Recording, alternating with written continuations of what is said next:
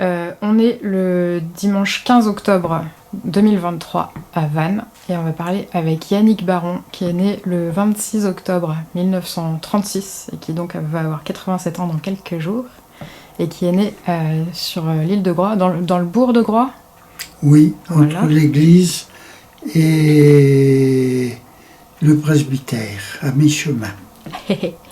Et du coup, ton père, c'était Pierre-Marie Baron, qui est né en 1888 jusqu'en 1966. Et ta maman, c'était Marie-Joseph Puyon, née en 1895 et décédée en 1980. Voilà. Alors, là, on a une série de questions qui ont été posées par Marlène Le Carrelaire pour un stage Canneleur autour des costumes de Groix. Alors, la première question... c'est où est-ce que les femmes se fournissaient en coiffe? Alors là, c'est un petit peu compliqué. À ma connaissance des choses, je m'intéressais déjà un petit peu à la question. C'est que sur l'île de Groix, il y avait en gros 4 personnes qui repassaient les coiffes, puis qui en fabriquaient aussi, mais pas forcément toutes. En tout cas, ma maman ne fabriquait pas à l'origine ses coiffes, elle les trouvait à l'extérieur de la maison. Mais alors, là, pour répondre précisément à la question, je pense que c'était à Lorient qu'elles allaient acheter les coiffes. D'accord. Mais elle les faisait quand elle les portait et tout ça, et quand elles étaient fatiguées. Ma maman les lavait elle-même, mais ils étaient incapables de les repasser pour une raison simple, c'est qu'il n'y avait pas d'électricité à Groix. Et donc, il y avait des repasseuses de coiffes. Okay. Et pour la fabrication, je pense que c'est à Lorient qu'elles les achetaient toutes faites. Et elles achetaient toute la parure avec le béguin et tout ça, tout oui, ils achetaient le tout sur le continent, comme on disait. Est-ce qu'il y avait des merceries sur l'île de Groix? Non. Pas de mercerie, on vendait pas de non, fils, il y avait des vendeuses de tissus, il y avait plein de petits commerces, mais de coiffes, non. Il y avait par contre des fabricants de tabliers, mais pas de coiffes. À ma connaissance, je ne suis pas... Ouais. Voilà, donc il y avait des couturières sur l'île. Il y avait des brodeuses aussi? Oui, des brodeuses, non. Des repasseuses. Ok. Mais il y avait aussi quelques brodeuses de tabliers, mais de coiffes, je ne connaissais pas parce que c'était quand même plus compliqué que les tabliers. Et puis les tabliers à Groix, ils n'étaient pas vraiment peints, ils n'étaient pas brodés, ils étaient peints. Okay. C'est la spécificité peut-être de l'île de Groix, mais pour les mariages et tout le bazar, c'était des tabliers qui étaient peints à la peinture. Et j'avais il faut dire qu'à l'île de Groix, tous les amis, pour nous les enfants, c'était des tantes. Alors j'avais ma tante ceci, ma tante cela, ma tante Naïs, et j'avais une dame qui habitait sur le port, un petit peu sur le port à Groix et un petit peu sur le continent, qui était célibataire et qui paye sa spécialité, c'était de peindre les tabliers des Oisillonnes alors qu'elle ne portait pas de costume. Ah ouais. Et du coup, c'est pas spécialement les couturières qui faisaient la peinture, c'était des métiers différents? Non, c'était un métier différent parce que c'était un art quand même difficile. Puis les femmes de Groix, elles avaient autre chose à faire qu'à faire de la peinture. Ok. Est-ce que tu sais où est-ce qu'elles achetaient les épingles et l'amidon, des choses comme ça? Non, ça je sais pas. Ok. Mais l'amidon, c'était pareil, c'était sur le continent. Okay. Parce que à Groix, il y avait beaucoup de marins-pêcheurs, mais pas mal de petits commerces, mais quand même l'ensemble des hommes, c'était à la pêche, et beaucoup de femmes bossaient fort chez elles, et à l'usine, elles avaient autre chose à faire que à s'occuper de ça, quoi. Et elles allaient combien de fois par an sur le continent, par exemple? Eh bien, j'ai pour te donner un exemple, une de mes tantes qu'on appelait la tante Naïs, mais qui n'était pas de notre famille. Hein. Mais elle était très pauvre et très malade, elle n'avait jamais été à l'école. Et son métier, c'est laver le linge. À la fin de sa vie, elle est restée chez nous parce qu'elle ne pouvait plus. Elle avait 3 fois le même linge et 3 fois le même drap et pas l'autre d'à côté, tu vois. Elle avait perdu la tête, elle est restée 5 ans. Et à la fin, comme elle ne pouvait plus manger et tout, on a dû l'envoyer à l'hôpital à Lorient. Et bien, c'est la première fois qu'elle allait sur le continent. Donc moi, à l'île de Groix, à l'époque de ma jeunesse, j'ai connu plusieurs personnes qui n'ont jamais été sur le continent. Ma maman, à moi, qui était super intelligente, qui avait 9 enfants et beaucoup à s'occuper, tout ça, et qui avait été professeure, elle avait même enseigné, elle était professeure de collège, hein, parce que c'était une des plus pauvres de l'île de Groix, mais comme elle n'avait pas de papa et que sa maman était morte quand elle avait 3 ans, elle avait été élevée par les sœurs des écoles, étaient les bonnes sœurs. Et donc elle était venue, elle avait passé son bac et elle avait même enseigné sur le continent pendant 1 an. Et puis quand elle avait 50 ou 60 ans, une fois avec mes frères, on lui dit « Oh maman, tu veux venir avec nous, on va à Penmen », c'est-à-dire à un des bouts de l'île. Eh bien, elle n'avait jamais été à Penmen. C'était la première fois de sa vie. Il faut le faire, hein. Ouais. Donc les gens étaient quand même inclus dans leur proche territoire et ils vivaient comme ça, quoi. Alors l'histoire des coiffes et des costumes et tout ça passait à travers tout ça. Mais à Groix, ben, je te dis, les coiffes, à mon avis, elles venaient de Lorient. Mais par contre, on les repassait à Groix. Et après, au bout d'un certain temps, il n'y avait plus de repasseuse. Ok. Est-ce que tu sais si elle recevait des revues de mode? Non.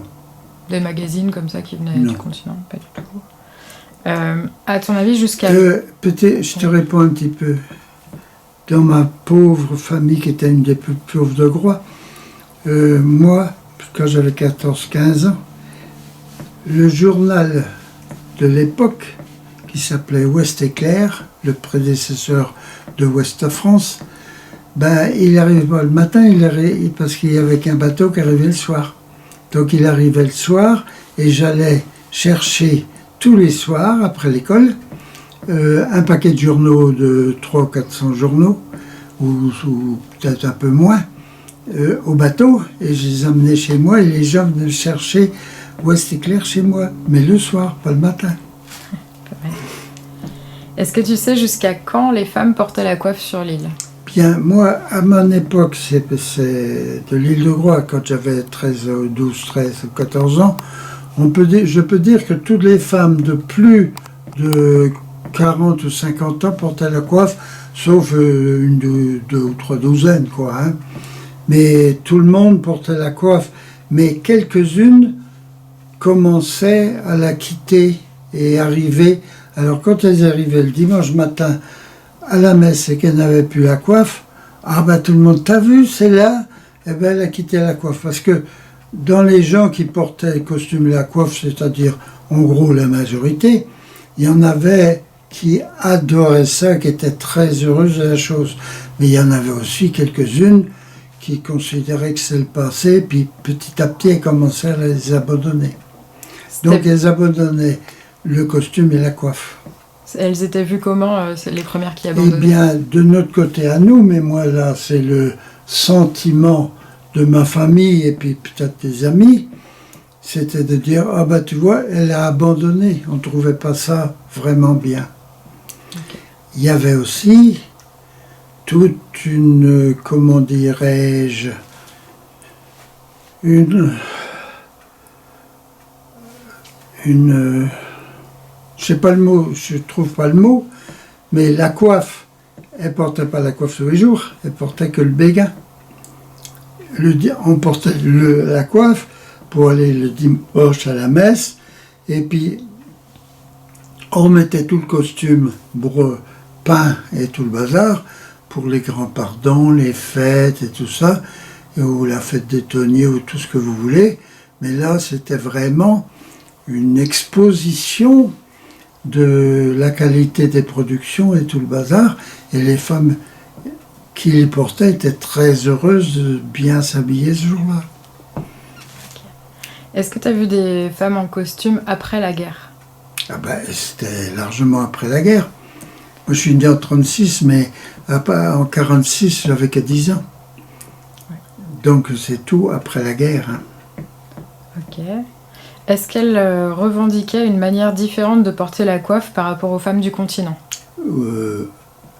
Revendiquer, le mot est fort, mais elles étaient fières d'avoir, en théorie, le costume de Lorient, Lanester et Groix, c'était le même, la coiffe, c'était la même, sauf qu'elle ne les portait pas du tout de la même façon.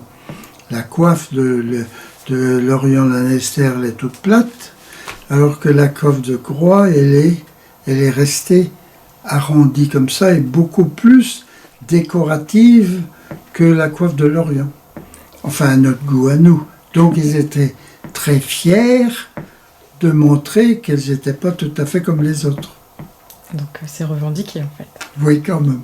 Les mots revendiqués. Elles n'ont pas manifesté pour ça, quoi. Ouais. Et est-ce que tu sais si elles se coiffaient de façon différente, les cheveux? Oui, aussi, c'est pareil. Et grosso modo, l'art de mettre la coiffe, c'était aussi la façon de faire les chignons, les béguins et tout ça. Et je me rappelle de ma maman, bien sûr, et de ma tante aussi, mais c'était vraiment pour elle, un art et une fierté de se coiffer, de faire le chignon, de mettre le béguin tous les jours pour aller travailler, mais aussi de mettre la coiffe pour les fêtes et tout. Et ils étaient très très fiers de ça, mais ça prenait un peu de temps. Hein. Ça se faisait pas en 5 minutes, ce truc-là. Du coup, tu sais comment elles faisaient? Est-ce qu'elles elles enroulaient, elles faisaient une tresse? Je suis pas spécialiste, mais elle avait des cheveux longs comme ça. Puis après, elle faisait qu'un beau chignon, mais elle mettait bien 20 minutes à faire le chignon, hein, avant de mettre le béguin. Puis la coiffe ensuite. Est-ce qu'elles mettaient une barrette sous le chignon? Elles avaient un petit truc, mais c'était pas trop décoratif. D'accord. Ça, elles ne cherchaient pas à mettre en valeur la barrette, mais c'était technique, si on peut. Ça marche. Est-ce que tu sais si elles mettaient un rond au fond de leur béguin? Non. Non, elles mettaient directement sur les Sur cheveux. le chignon. Sur le chignon comme ça. Ok. Est-ce que sur les cheveux directement, ça leur arrivait de mettre un filet pour retenir les cheveux? Non. Ok. Du coup, il y a des femmes qui portaient la coiffe tous les jours? En gros, non. En gros, quand elles travaillaient, quand elles vivaient, qu'elles faisaient la cuisine ou qu'elles allaient éventuellement serveuse dans un restaurant ou n'importe quoi, c'était en béguin. Ouais. On mettait la coiffe le dimanche pour les processions, pour les vêpres, ou bien pour la fête des tonniers, ou pour les mariages, ou pour tout ce truc-là, quoi. Pour les mariages en particulier, ils adoraient mettre le costume derrière la mariée, parce que y avait plein de monde qui venait pour les voir. Donc c'était un petit peu quand même pour se faire voir, quoi. Et même les commerçantes ou les femmes les plus riches, elles ne mettaient pas de coiffe tous les jours? Pas tous les jours, non. D'accord. Et pour les mariages, est-ce qu'elles rajoutaient des couronnes ou Non, il n'y avait rien de plus, pas de couronne, rien du tout. Par contre, les mariés, sauf une que j'ai vue à la fin, parce que il y avait de moins en moins de coiffes, mais de plus en plus de gens qui s'intéressaient à la question. Donc j'ai vu un mariage où la mariée était en costume, mais la plupart des mariés, avant celle-là, étaient en robe de mariée comme maintenant, mais derrière, tous les gens étaient en coiffe, quoi. Les demoiselles d'honneur et tout ça, c'était en coiffe.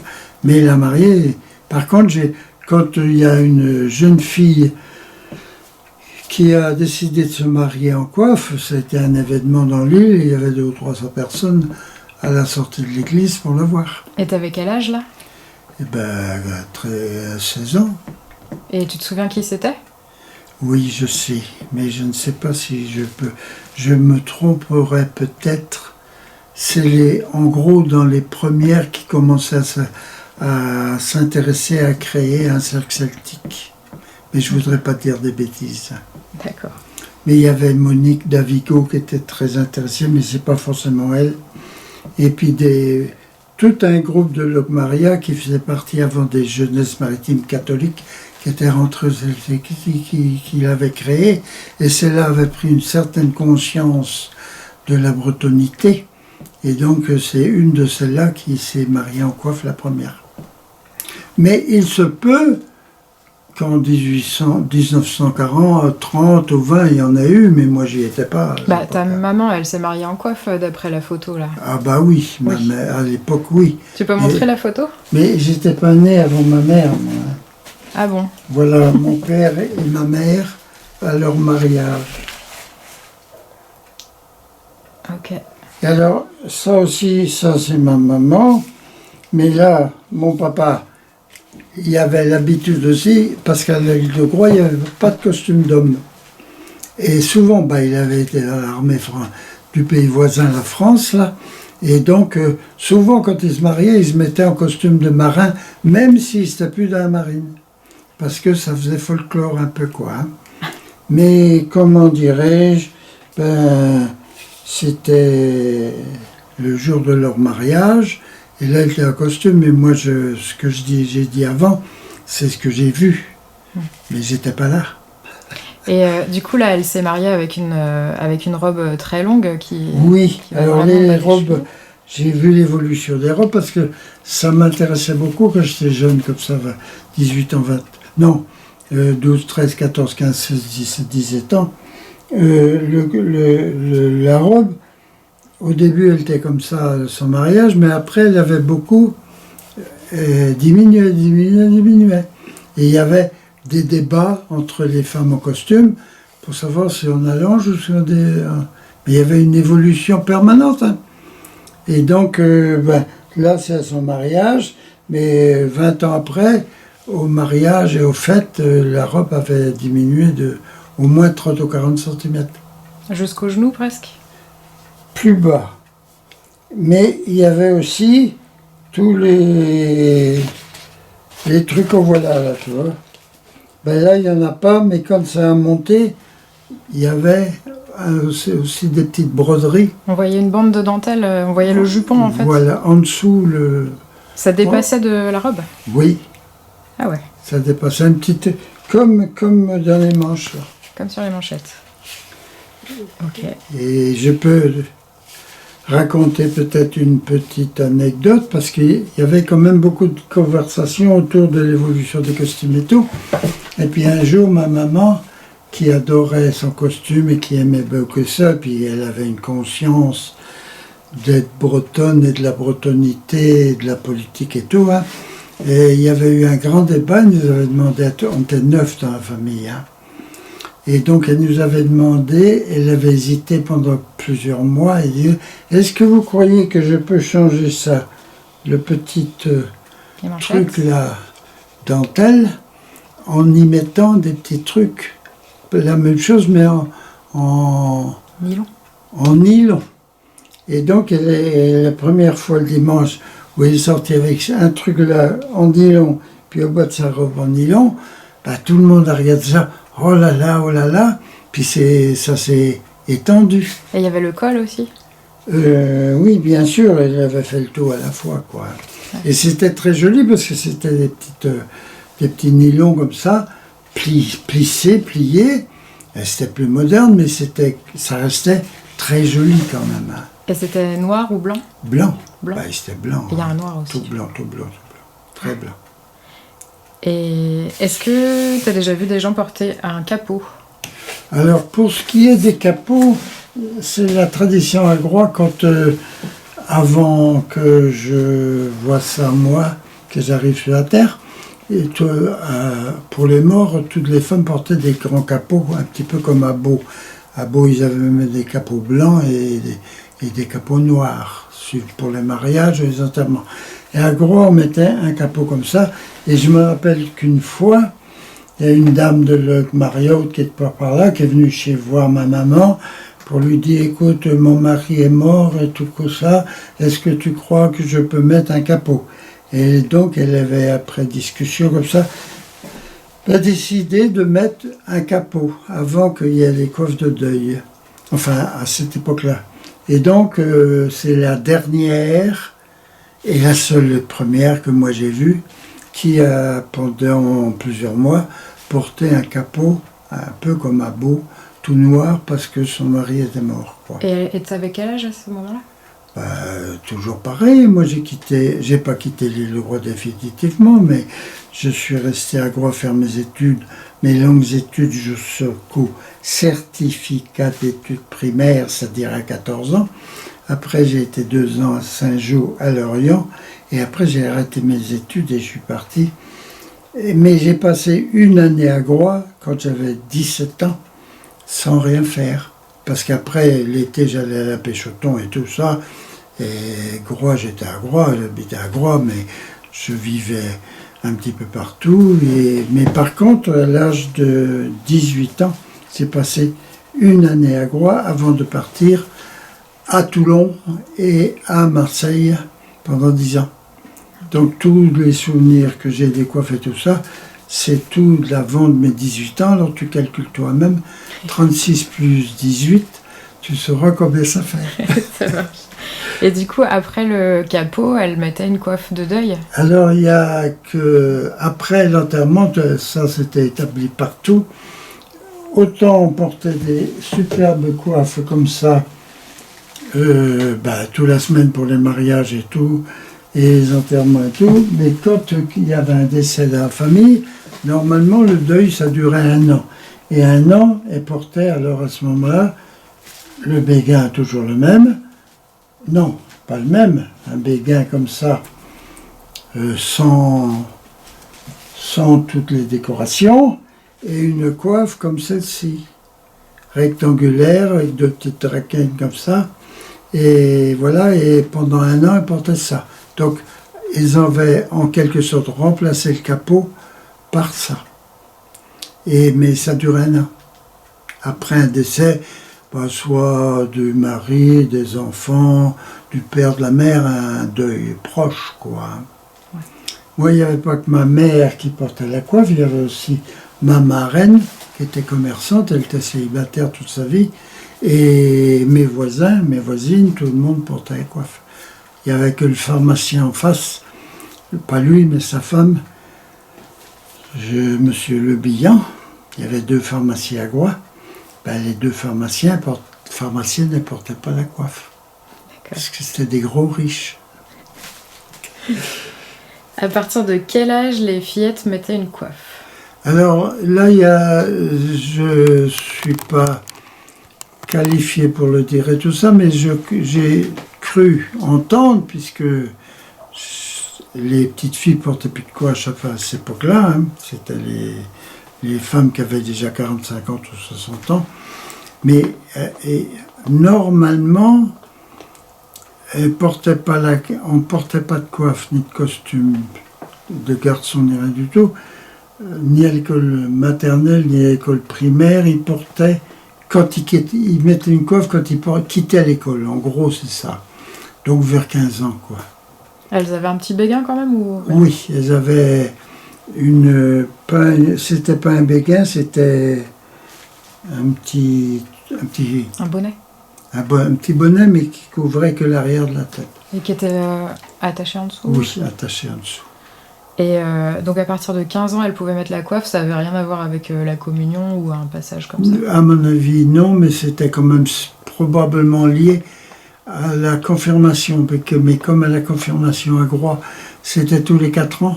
Il y avait la communion tous les ans, mais la confirmation, l'évêque ne venait que tous les 4 ans. Alors, il y en avait qui pouvaient avoir... C'était pas à la confirmation, c'était après la confirmation.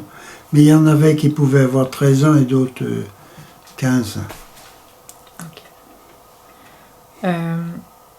Alors, est-ce que dans les coiffures qu'elle faisait, est-ce que tu les as vues faire des crans, avoir les cheveux frisés, faire des coques, gonfler les cheveux, ou elles avaient les cheveux tout tirés? J'ai jamais vu ça.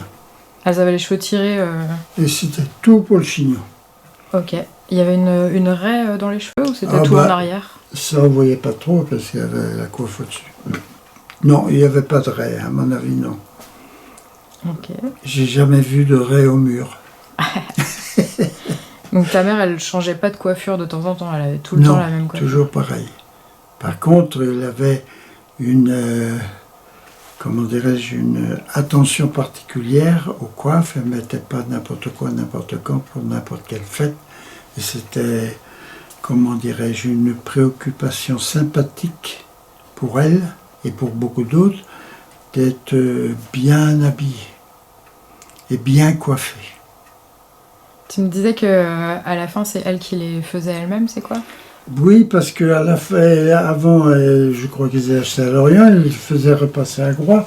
Il y avait 4 repasseuses parce que c'était difficile, vu que je te dis qu'à nous, ni moi, ni tous les voisins du bourg, on n'avait pas l'électricité et tout. Alors, pour repasser les coiffes et tout, c'était un art difficile. Donc, il y avait des gens qui étaient spécialisés. Donc, et on portait les coiffes, même nous, les enfants, on portait 10 coiffes chez telle ou telle coiffeuse.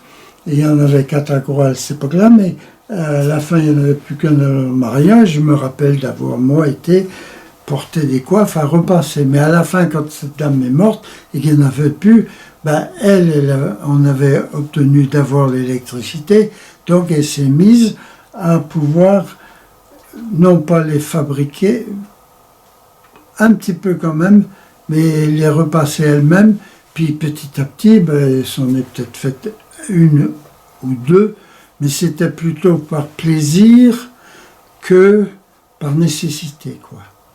Voilà. Parce qu'elle en a beaucoup. Parce qu'elle en avait un bon petit paquet. Hein. Ouais. Elle était coquette. Elle était coquette, c'est peut-être pas forcément le mot qui conviendrait, mais elle et beaucoup d'autres étaient très fiers de porter le costume. Il y en avait d'autres qui en avaient marre et qui les abandonnaient. Mais il y en avait. Je me rappelle par exemple, parce que nous on avait une maison à Groix, un centre-bourg, mais on avait aussi une écurie pour les vaches, les cochons, les veaux et tout ça. Puis juste à côté de notre maison et l'écurie, on avait une famille qui avait la maman et 3 filles. Et cette famille, aucune n'était mariée, et elle tenait un magasin de couture et vendait des tissus essentiellement au bourg à côté de l'église, c'est-à-dire à 600 mètres de chez eux, quoi. Et moi, je les voyais toujours puisqu'ils étaient à côté de nos vaches. Et voilà, par contre, un souvenir qui m'est resté, c'est qu'un jour, un grand pardon de l'île de Groix, parce qu'il y avait plein de pardons des processions et tout ça, eh bien, elles arrivent, parce qu'elles avaient leur banc à l'église, qui était pour toutes les 4 tout le temps, et voilà que ce dimanche-là, elles viennent à la messe et au vêpres, elles avaient choisi de mettre 4 tabliers de 4 couleurs différentes. Elles n'étaient pas peintes ni rien du tout, mais il y avait 4 couleurs différentes. Évidemment, quand tu vois 4 femmes arriver dans la procession avec 4 costumes différents, 4 couleurs différentes, ça avait touché ou choqué toute la population. Tu les as vus? C'était quand même incroyable. Donc elles avaient monté le coup exprès pour se faire remarquer, quoi. Et c'était quoi comme couleur? Joli. Bah, je ne me rappelle plus les couleurs, mais c'était des couleurs vives. Hein. Bleu, rouge, vert, je ne sais pas. Et pas blanc non plus, parce que les blancs, le costume blanc, c'était réservé pour les mariages. Le blanc. Le tablier blanc ou tout le costume blanc? Il y avait les deux, mais les gens n'avaient pas assez d'argent pour se faire des costumes blancs. Ouais. Donc, j'ai pas vu de tablier blanc. Ça devait être dans le temps, mais à l'époque, ils n'avaient plus assez d'argent pour faire. Par contre, j'ai été à un mariage à Lorient d'une des fondatrices de Kendall, alors, Marie-Thérèse Irguer, qui était habillée tout en blanc, costume blanc, et tablier blanc et tout blanc, et pas de peinture là. Non, à Groix, les gens étaient très pauvres, hein, donc ils n'avaient pas les moyens de se payer ce genre de truc. Par contre, il y avait une dame ou deux qui faisait des peintures et tout ça, ça s'appelait beaucoup. Donc ils avaient plusieurs tabliers, Mais normalement, dans la semaine, elles n'étaient pas habillées. Elles étaient habillées en noir avec le béguin, et mettaient le costume et les tabliers pour les fêtes et les grandes fêtes. Mais il y avait un tablier qui était plus beau que tous les autres, quoi, pour les mariages et pour les grandes fêtes et ces choses-là, quoi. Donc, quand il y avait la fête des tonniers, par exemple, avec les défilés à Groix et tout le bazar, qui venaient de tous les coins de Locmaria, du Méné et puis de Puisy, vers le bourg et tout ça, ben là, ils mettaient le plus beau costume pour se faire voir. Ils étaient heureuses. Les hommes apparaissaient beaucoup moins, parce qu'il n'y avait pas de costume de macro. Mais ils étaient très heureux de voir leur épouse ou leurs enfants se balader comme ça. Et quand elles avaient des costumes courts, est-ce qu'elles avaient des bas ou des collants? Des collants, sûrement pas, parce que ça n'existait pas à l'époque, mais les bas, oui. Ouais. Pas des chaussettes, des bas. Ok. Un peu transparent, là? Pas transparent, non. Ok. Mais comment dirais-je, elles voulaient pas, c'était pas un objet d'attention forte. Ce qui était important, c'était le tablier et la coiffe, en gros. Ça marche. Est-ce que tes sœurs ou tes copines de classe, tu les voyais porter le béguin ou J'ai pas entendu bien les questions. Est-ce que tes sœurs ou tes copines de classe, elles ont eu l'occasion de porter un béguin ou une coiffe? Ah non, mes copines de classe, d'abord, on n'avait pas de copines de classe, vu que c'était une école pour les garçons et une école pour les filles. Donc, non, mais les filles de ton âge, quoi. Oui, mais les filles de mon âge, ben non, pas de portée, non. Mais par contre, beaucoup allaient au cercle celtique. Quand le cercle celtique a été créé. Et il a été créé, ben, j'avais environ 14 ans aussi. Et là, il y avait 40 filles de Groix, autour de 20 ans, qui sont toutes allées au cercle celtique et qui avaient des magnifiques costumes. Et évidemment, elles avaient toutes le costume de leurs parents. Ils n'avaient pas besoin d'aller en acheter à Lorient. Tout le monde, ben, à Groix, il y avait plein de costumes dans toutes les maisons. Et donc, les filles du cercle celtique, ben, elles étaient très fières et très belles et très heureuses de se montrer comme ça. Et nous, on était très heureux de les voir aussi. Donc, en fait, les filles du cercle celtique, elles ont côtoyé des femmes qui partaient la coiffe, enfin, le béguin au quotidien, quoi. La plupart des filles du cercle celtique, elles prenaient leur costume de leur maman. Ok. Est-ce que tu as des noms pour chacune des parties des coiffes ou des béguins? Ben, il y a des noms, il y a un truc dont on n'a pas parlé beaucoup, ça s'appelle ceci. C'est la dranken, ça, ce truc-là et ce truc-là. Parce que moi, je n'ai jamais vu ça, mais on m'a expliqué, ma maman et tout ça, c'est que avant même quand elle était toute petite, mais moi, j'ai jamais vu, hein, mais la coiffe, elle s'attachait en dessous. Et donc ça, c'est le reste du truc qui servait à... Elle m'a même expliqué que quand elles étaient grandes à l'école, c'est-à-dire quand elles avaient l'âge... qu'elles avaient quitté le certif et qu'elles commençaient à mettre la coiffe, eh bien, elles avaient une coiffe qui leur faisait tout le tour du cou. Mais moi, j'ai jamais vu ça. Hein. Ouais. Et autrement dit, ben, ça c'est la coiffe de deuil, comme tu le sais. Ça c'est le béguin. Non. Ben, ça s'attachait au-dessous aussi pour tenir. Le béguin, t'appelles ça le béguin aussi ou le béguin ça c'est le béguin. Ça c'est le béguin. Ouais. Béguin de deuil, ça. Béguin de deuil et béguin normal, habituel. Ouais. Donc ils mettaient déjà la coiffe dessus, puis après ils mettaient ça là-dessus et ils attachaient ça, non, sous les cheveux derrière, pour que ça ne s'envole pas avec le vent. Okay. Et puis voilà, mais c'était vraiment, disons quand on voyait ça, ben on savait que la dame avait perdu quelqu'un de sa famille et tout ça, et c'était un événement important de changer de coiffe, quoi. Puis un an après, elle revenait à la coiffe normale. Okay. Mais elles étaient très fières les unes et les autres d'avoir des différences entre les coiffes, parce qu'il y en avait des comme ceci, des comme cela. Tu vois, celle-là, il faudrait l'envoyer à la repasseuse, parce qu'elle ne tient pas. Celle-là, elle tient. Mais tu vois qu'il y avait elles apportaient, regarde celle-là par exemple, ben, elles apportaient beaucoup d'importance. Celle-là, elle a été fabriquée à la main, toute tricotée, si on peut dire, quoi. Hein. Tandis que celle-ci, c'est un peu plus fabriqué, si on peut dire, parce que là, ils achetaient des bandes comme ça, puis elles les mettaient, les cousaient, enfin, c'était un sacré boulot, quoi. Hein. Mais ça, c'était des...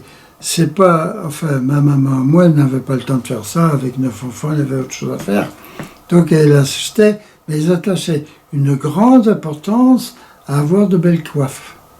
Elle en avait beaucoup, ta mère, elle avait, ça se compte par dizaines, ces coiffes. Elle avait fait, je sais pas moi, 15 ou 20 coiffes chez elle. Et elle les entreposait comment? Tout à plat. Dans une armoire Non, mais à l'île de Groix, on avait une grande maison, on avait des 9 enfants, mais moi, quand j'avais 10 ans, mes frères avaient 28 ans. Hein. Donc, ils n'étaient pas tous là. Généralement, en fait, on a réussi à faire que, dans toute la vie de notre famille, on n'a pu faire qu'une photo où il y a mon père, ma mère et les 9 enfants. Et moi, je suis sur sa barlaine. Là, c'est la barre. J'étais assis là et j'avais 1 an. Et après ça, on n'a jamais réussi. Si, une fois, parce que j'avais une sœur qui a passé 48 ans, sœur blanche au Burkina Faso, etc., etc. Puis la différence d'âge, hein, ça fait qu'on s'est retrouvés qu'une fois, parce qu'après, moi, quand j'avais 14 ans, j'allais à la pêche au thon l'été, mon frère aussi, et mon frère Jojo, il est rentré d'une marée de la pêche au thon, et moi, un soir, et moi, je partais le lendemain matin à la mer.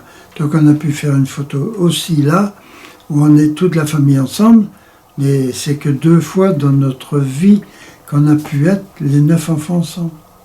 C'est incroyable. Hein. Et donc, c'était vraiment un événement. Et puis voilà. Et du coup, ta mère, elle les rangeait comment? C'est quoi? Je pense que, je sais pas trop, mais il y avait une grande chambre où il y avait le lit de mes parents, puis un autre lit à côté, et 2 grandes armoires. Et c'était rangé là, dans une armoire, hein, à plat. Hein. Et sans amidon, enfin... Il y avait des pièces partout dans la maison, mais là, c'est là qu'elle mettait ses affaires à elle, quoi. Ok. Est-ce que tu sais si ces coiffes de Groix, elles avaient un nom particulier ou un sobriquet que des gens d'une autre commune lui donnaient? Non, je ne connais plus, on disait la coiffe. La coiffe. Voilà. Ok. Ça marche. Est-ce qu'il y avait un nom particulier pour les coiffes les plus belles ou les coiffes de deuil ou je sais pas. Pas à ma connaissance. Ok. Est-ce que tu sais si on enterrait les femmes avec une coiffe ou un béguin? Alors là, attends que je réfléchisse. Ma maman est morte à l'hôpital et elle était mise dans un sac en plastique. Donc elle n'avait pas de coiffe. Ma mère. Ouais. Mais avant ça, je ne saurais pas dire. Ok. Avant ça, à l'île de Groix, comme j'étais enfant de chœur et que j'assistais beaucoup, j'ai été peut-être à, je sais pas moi, à 200 enterrements. Eh bien, les hommes et les femmes étaient, en tout cas les hommes étaient habillés avec leurs plus beaux costumes, mais il n'y avait pas de costume breton pour les hommes. Et ils étaient emballés comme ça dans le cercueil et ils allaient se faire enterrer comme ça. Il est possible que les femmes, certaines ont été enterrées en costume aussi. Parce que, enfin, ceux qui étaient à Groix, c'était en gros en costume, mais comme ma maman était morte à Lorient à l'hôpital, ouais. Elle était emballée en plastique. Oui. Est-ce que tu sais s'il y avait des différences de coiffe ou de costume ou de façon de les mettre en fonction des villages de l'île de Groix? Il y avait certainement quelques petites différences, mais pas beaucoup. Par contre, il y avait une grande attention entre les riches et les pauvres. C'est-à-dire que tout le monde avait des beaux costumes, mais quand même, ceux qui avaient beaucoup de pognon, ils pouvaient se faire des tabliers beaucoup plus beaux que les autres, quoi. Ça comptait. Ouais. Et il y avait une attention. Oh, t'as vu celle-là? Ah, t'es bien quand même. Donc il y avait une attention particulière à la richesse, pas à la richesse, mais à la beauté des choses. Et du coup, il y avait des matières différentes, il y en a qui mettaient du velours. Pas vraiment, mais il y avait des couleurs différentes. Ok. Dans les costumes, il y avait, ils étaient plutôt de couleur sombre, à part des exceptions, comme j'ai dit tout à l'heure, mais il y avait quand même par exemple, dans les costumes, les riches, ils n'avaient pas de quoi de payer du velours pour toute la robe derrière. Les pauvres, tu veux dire. Les pauvres, il y avait du velours qu'en bas. Ouais. Plus tu étais riche, plus il y avait de velours, jusqu'à la ceinture, quoi. Est-ce qu'il pouvait, Et c'était pareil pour derrière, pour le... Comment on appelle ça, là? Le caraco. Oui, qu'on mettait dessous, le caraco. Oui. Ben, c'est pareil, il y avait du velours jusqu'en haut, jusqu'en bas, suivant la richesse du propriétaire. Et est-ce que tu en as déjà vu mettre des galons ou des choses en plus? Non, ok. Est-ce que quand elles allaient sur le continent, elles mettaient leur coiffe? Oui. Donc on les repérait comme filles de croix. Oui, et puis à Lorient, c'était pas là. Il y avait beaucoup moins de coiffes à Lorient, il y en avait encore quelques-unes. Et à l'Annester, il y en avait encore pas mal, mais on n'allait pas beaucoup à l'Annester. Mais à Lorient, il en restait quelques-unes, notamment des croisillonnes qui travaillaient à Lorient. Mais on voyait tout de suite la coiffe horizontale et la croisillonne étaient tout de suite repérées. Et ça ne lui déplaisait pas. Il y avait une différence dans le col aussi, non? Entre celle de Lorient et celle de Groix. Je ne saurais pas trop. Je ne suis pas un grand spécialiste de la question. Parce qu'il me semble que celles de Groix, elles ont un col plus évasé, plus... C'est possible, mais je ne saurais pas répondre à la question. Moins officier, quoi. Ouais, ok. Ouais, quand elles étaient chez elles étaient que en béguin. Hein. Non. Si, à la maison, le béguin toute la journée. Hein. Ouais. Dès le matin. Ok. En se levant, elles mettaient le béguin même à la maison. Et est-ce qu'elles avaient une façon différente de porter la coiffe en fonction de leur âge? Pas à ma connaissance. Okay. Ça marche. Et c'est qui la dernière que tu as vue porter la coiffe tous les jours? J'ai vu ma mère. Ou le béguin. Mais il y en a, après ma mère, il devait rester 3 ou 4, mais pas beaucoup. Hein. Mais quand j'étais jeune, il y en avait beaucoup. Hein. Il y avait, je sais pas, moi, 70% des femmes portaient encore la coiffe. Des femmes de plus de 40 ans. Les jeunes ne portaient plus déjà. Mais plutôt à 40 ans. Mais quand c'était quand même dans la mentalité que je te dis, même quand les dames portaient la coiffe toujours mouraient, et quand il y avait une qui se mariait en costume, c'était un événement, et il y avait 300-400 personnes à la sortie de l'office. C'était vraiment, il y avait une attention portée à cette façon de s'habiller, et une certaine fierté, tout ça, mais malgré tout, l'évolution du monde étant ce qu'il est, qu'on aime ou qu'on n'aime pas, eh bien voilà, ça a évolué, ça a disparu. Ok. Voilà.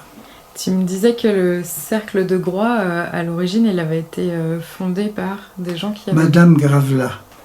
Enfin, c'est une histoire un petit peu compliquée, mais il y avait beaucoup de cercles celtiques qui se créaient partout. Et à Groix, parce que dans la mentalité des Groisillons, on était très bretonnants, il y avait Jean-Pierre Caloc et tout ça, on était très fiers de notre bretonité, mais seulement il n'y avait pas de cercle. Par contre, les filles de l'île de Groix, pas les hommes, puisque les hommes, on partait tous à la pêche à 14 ans. Donc on ne pouvait pas créer la JMC. Moi j'ai été membre de la JMC et tout, mais on n'était pas là l'été ni rien du tout, donc c'était un peu compliqué pour les garçons. On ne les voyait pas beaucoup à terre. Mais par contre les filles, elles étaient là, et elles étaient... la population commençait à s'enrichir, et il y avait, je sais pas moi, 80 90 filles de 20 ans à Groix, et en particulier celles de Locmaria-Étaux, mais aussi celles de Groix comme Dubourg, comme Dominique Davigo et d'autres comme ça, mais ils étaient toutes engagées dans des groupes catholiques, comme la Jeunesse maritime catholique et tout, et ils étaient très dynamiques dans ce domaine-là. Et ma maman, mes parents, mes frères, mes sœurs, ils disaient mais c'est quand même dommage, il n'y a pas de cercle et tout. Puis il y avait Madame Gravela qui habitait à côté de chez nous, qui était très connue à l'île de Groix, qui s'occupait de tout, qui était riche et célibataire et une belle maison. Ils disaient mais comment qu'on pourrait faire? Et voilà, pas que elle décide, et puis nous, ma maman et moi, on la soutenait. Et on fait venir le cercle celtique de Pont-Aven, avec tout son costume et tout ça, à une fête de l'île de Groix, une fête des tonniers, quelque chose comme ça. Et c'était un événement énorme, et il y avait Paulique Manjaret qui était venu aussi. Et Paulique Manjaret, à cette époque-là, il était complètement engagé dans le folklore, mais dans la politique aussi, à bloc. Hein. Et voilà qui vient chez nous, parce qu'il faut dire que tous les gens... journaliste, Job Jaffray, tout ça, quand il venait à Groix, il venait toujours voir ma mère. Et à cause de son intelligence, mais aussi de nos relations avec Jean-Pierre Caloc, qui était notre cousin germain quand même. Et donc, il venait toujours nous voir et parler, même des Allemands et tout ça. Et donc, Paulie qui vient chez nous et tout ça, il dit comment qu'on pourrait faire. Et puis Madame Gravela, eh bien... 15 jours après que le cercle celtique va venir, et nous, pourquoi qu'on ne ferait pas ça? Et donc, le premier cercle celtique Blaymore a été créé. Je me rappelle encore de la réunion de création au patronage de l'île de Groix, qui était dans le même local que l'école où j'allais. Et il y avait une vingtaine de filles, là. Et puis, il y avait un garçon, c'est moi, j'avais 14 ans, mais j'étais à côté, hein, juste en bas. Et puis voilà, ils ont créé le cercle celtique Blaymore et tout de suite, il y a eu une foule énorme, ils ont été 15 et je me rappelle que 4 ou 5 ans après, j'ai les photos dans mes archives où il y a le cercle celtique de Groix qui défile et devant, il y a moi qui joue de la bombarde parce que j'avais commencé à jouer et là j'avais 18 ans. Et avec un autre sonneur célèbre qui habitait sur le continent, parce qu'on n'avait pas de biniou à Groix, et on les précède. Et donc le cercle celtique, après, il a été dynamique. Puis il y a eu au début du cercle celtique, ils étaient bretonnes et tout, hein, mais quand ils allaient la première fois aux fêtes de Cornouailles à Quimper, c'était un événement. Donc ils avaient préparé leur plus beau costume, mais ils avaient été avec une petite valise quand même, avec une robe de soirée pour aller danser au bal le soir. Et donc, après, ça leur est passé et se sont devenus vraiment, elles se sont imprégnées de la culture bretonne comme l'était Madame Gravela. Mais avec des filles, il n'y avait pas de garçons, parce que les garçons étaient tous à la pêche. Okay. Sauf exception, moi j'avais commencé à apprendre à jouer de la bombarde tout seul à Groix. Ma maman m'avait payé une bombarde. Et comme j'étais resté 1 an à rien faire à Groix, j'avais eu le temps d'apprendre. Et j'ai défilé à Groix. Et j'ai les photos devant le cercle celtique. J'étais très fier. Et très heureux en plus. Voilà. Est-ce que tu as d'autres anecdotes ou des choses à dire sur les costumes ou les coiffes de Groix qu'on n'aurait pas abordées là?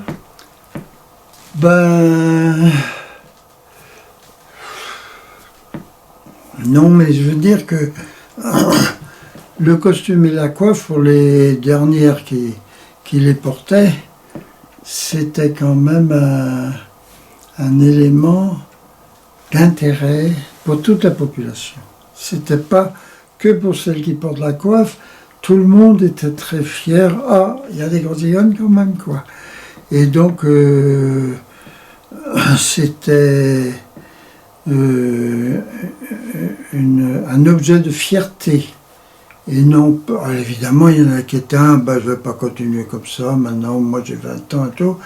Mais elles étaient très fières de sortir pour aller faire de Cornouailles, ou bien de voir leur maman qui portait la coiffe, ou bien les enterrements, tout ce que vous voulez, tu veux, mais je veux dire que le costume et la bretonité qui allait avec, c'était un sujet d'intérêt pour les Grecs. Parce qu'on dit les groisillons, mais quand on veut les dévaluer un tout petit peu, on dit les grésillons, ou bien alors on dit les Grecs ou les sales Grecs. Alors sale grec, c'est vraiment péjoratif. Moi, je suis grec, c'est déjà pas mal. Mais il y avait déjà aussi là une hiérarchie. Et bien là aussi. Voilà. Ça vient de quoi le mot grec? Pourquoi grec? C'est très compliqué ça, parce qu'il faut savoir que la population de Groix, dans l'histoire, mais moi je dis ce que je sais, hein, mais pourquoi il y a des gens qui s'appellent Davigo, Gégo, plein de mots en haut? Parce que au début du 19e siècle, il y a plein de Portugais, une colonie de Portugais qui sont arrivés à l'île de Groix. Parce qu'on pêchait le thon, il y avait les Groisillons, c'était la capitale des ports de pêche. À l'époque, en 1900, à la fin de la guerre, en fait, c'est mon grand-père, Pierre Baron, qui en 1888 avait déjà... On pêchait du thon dans les coraux, entre Lorient et Groix. Et il avait fait 2 fois naufrage, dont une fois, parce que le thon commençait à s'éloigner, et ils avaient que des chaloupes non pontées. Et il a fait 2 fois naufrage, et une fois en face de Douarnenez, il est tombé à l'eau, il y a 2 marins qui se sont noyés, et là il a dit on ne peut pas continuer comme ça. Donc bien qu'il était très pauvre, mon pépé, eh bien il est parti un petit peu en Finlande et tout ça, et dans la ville de Dundee,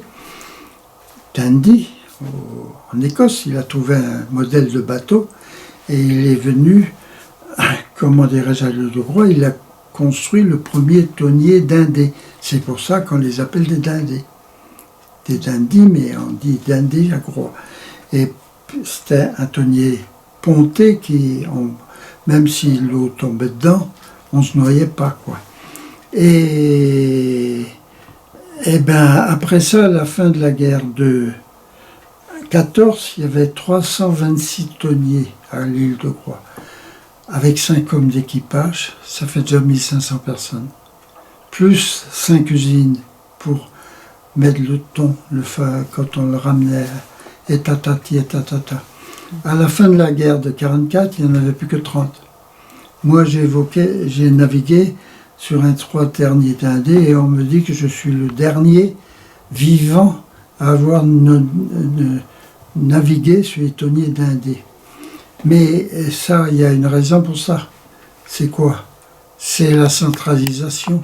C'est-à-dire que la Bretagne, qui est une presqu'île, n'a pas les moyens financiers de développer sa politique de pêche. On en parle beaucoup en ce moment. Et donc, tous les thoniers ont disparu, mais les sardiniers aussi, et tout est en train de mourir. Alors qu'en Espagne ou ailleurs, ça continue à vivre très très fort. Toutes les îles de l'Hexagone, que ce soit en Bretagne ou en Corse et tout ça, on est dans la pauvreté la plus grande, alors que la Sardaigne ou bien les îles d'Écosse, ils sont très riches. Pourquoi? Il y a des raisons économiques à ça, mais ce n'est pas le sujet de la conversation. Je reviens aux Portugais qui sont arrivés là. Est-ce que les Portugaises, elles se sont mises à porter la coiffe aussi? Alors là, j'ai connu les premiers Portugais, ils étaient évidemment très pauvres parce qu'ils étaient que mousse et matelots sur les bateaux. Mais maintenant, il paraît qu'ils sont 300 Portugais sur l'île de Groix. Et à l'époque, à la fin de la guerre, il y avait 6000 habitants quand j'y étais. Il n'y en a plus que 2400. Et là-dessus, il y en a 300 Portugais. Et je ne suis pas spécialiste d'économie non plus, mais il paraît que ce sont les plus dynamiques et les gens qui font des entreprises et tout ça, c'est tous des enfants de Portugais. Et est-ce que les Portugaises, elles mettaient le béguin, par exemple? Pas à ma connaissance. Parce qu'elles sont arrivées, déjà, le béguin commençait à partir. Mais t'as vu une personne qui portait une coiffe différente sur l'île. Ah oui, alors j'ai vu, il y avait évidemment quelques personnes qui venaient du continent et qui venaient à Groix, et il y en avait une qui habitait entre Portudie, entre le port et chez moi, et qui venait de Bout, quelque chose comme ça, qui était également très fière de sa costume, qui était très voyante, et elle a continué à porter son costume, et c'était la seule qui était déguisée autrement que les Groisionnes. Mais elle était très fière de ce costume, et nous on était très heureux de la voir, parce que quand tu as quelque chose de contraire à toi, ça fait le contraste et tu observes mieux ton affaire à toi. Elle était très très bien, très gentille cette dame. Elle vivait seule et était très fière de garder son costume. Ok. Voilà. C'était aussi un acte de bretonité de sa part. Ouais. Voilà, voilà. Très bien. Alors, donc ça c'est le mariage de tes parents. Oui. Et ils avaient été obligés d'aller à Lorient pour faire la photo. Ok. Donc avec un tablier peint. Et là, c'est les mêmes quelques années plus tard. Ben ça, c'est un petit peu avant le décès de mon père. Et tu vois la fierté qu'il y a à porter une belle coiffe, bien faite. Alors, ça, tu peux dire que ça, c'est fabriqué par des Groisionnes qui les faisaient elles-mêmes. Ça aussi, mais par contre, là, elles recevaient des trucs tout faits de Lorient et tout, et elles les fabriquaient elles-mêmes, à Groix. Tu vois la belle différence qu'il y a. Et ma maman, qui était très fière d'elle-même, elle porte une qui est... Donc du coup, elles fabriquaient leur coiffe elles-mêmes à Groix quand Oui, même. mais c'était une spécialiste, hein, c'est pas mes parents, c'était une spécialiste. avait... C'était des gens, une ou deux personnes qui étaient capables de faire ça, quoi. Et tu les connaissais, tu sais qui c'est? Non, pas vraiment, parce que j'étais très jeune, j'avais autre chose à faire aussi. Hein. Ok. Donc il y avait les deux, des Oui. coiffes qui étaient achetées sur le continent et des coiffes qui étaient faites sur l'île. Oui, ça c'est fait sur l'île, et ça on peut dire que c'est fabriqué, mais avec des produits qui venaient d'ailleurs, quoi. Ok. Mais il y avait que d'autres personnes qui étaient capables de fabriquer des coiffes et tout. Puis à la fin, ben, maman elle n'avait plus grand chose à faire, donc elle a peut-être été capable de s'en faire une ou deux, mais elle avait autre chose à faire pour nourrir ses enfants, quoi. Tu vois là, c'est la photo, il y a la première photo de la famille, moi je suis dessus. Le bébé, là, c'est Yannick.